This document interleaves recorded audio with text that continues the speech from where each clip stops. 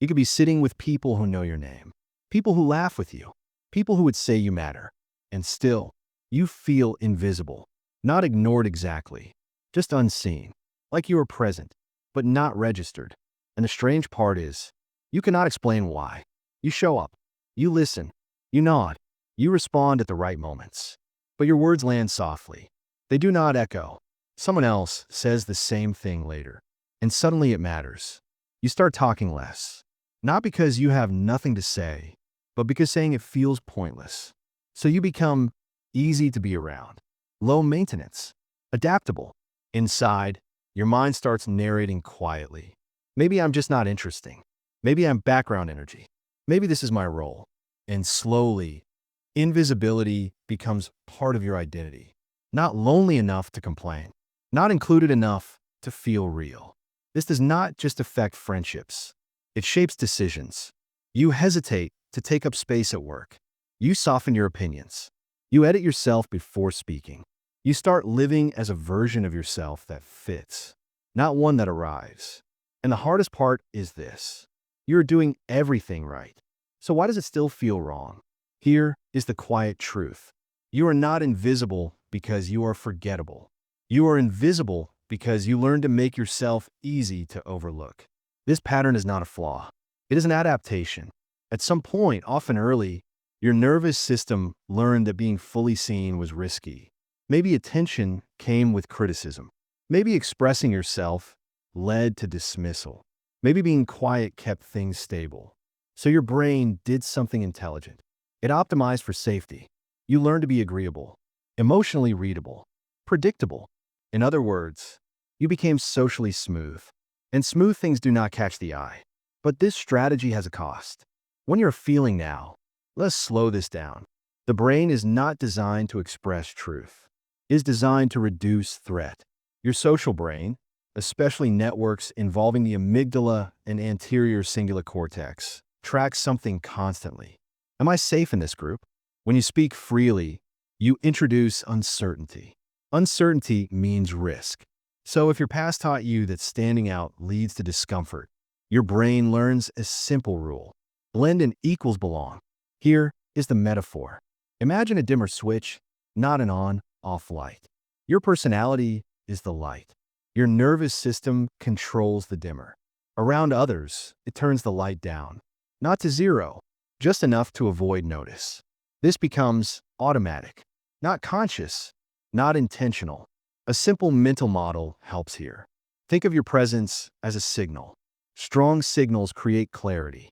Weak signals create ambiguity. When your signal is softened, your tone, your opinions, your emotional reactions, people do not reject you. They just do not register you. Not because they do not care, but because the brain prioritizes contrast, and you have trained yourself to reduce it. But here's the open loop we have not closed yet. If this is learned, can it be unlearned? Not all at once, not dramatically, but yes, carefully and psychologically. This is not about confidence. It is about recalibrating your signal. Here is a framework grounded in how the brain actually updates patterns. Step 1. Stop overprocessing before you speak. What to do? Notice when you mentally rehearse or edit a thought more than once. Say it one beat earlier than feels comfortable. Why it works? Overprocessing engages the prefrontal cortex excessively, which suppresses spontaneity. Spontaneity is what makes communication feel alive and memorable. Real-life example. You think of a response, then soften it. Next time, say the first clean version before polishing. What else have you been filtering without realizing it? Step 2. Anchor one opinion per interaction. What to do? Share one clear preference, belief, or reaction in each social setting.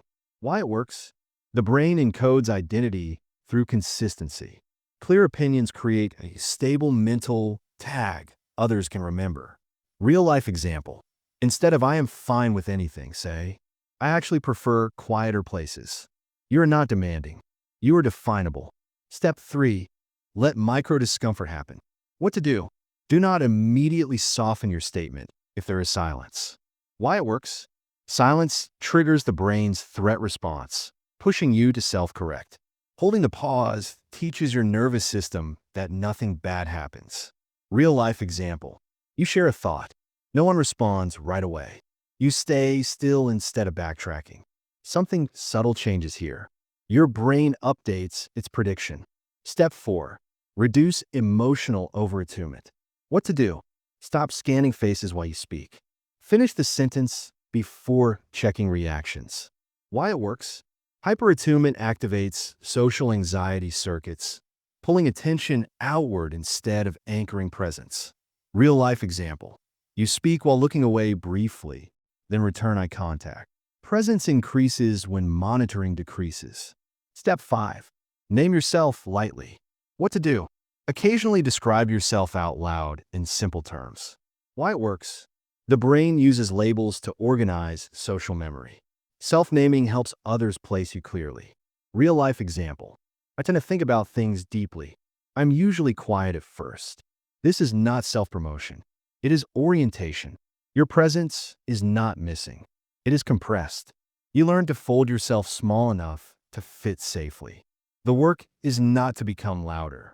It is to become less filtered, less pre-approved, less sanded down. Imagine turning the dimmer up.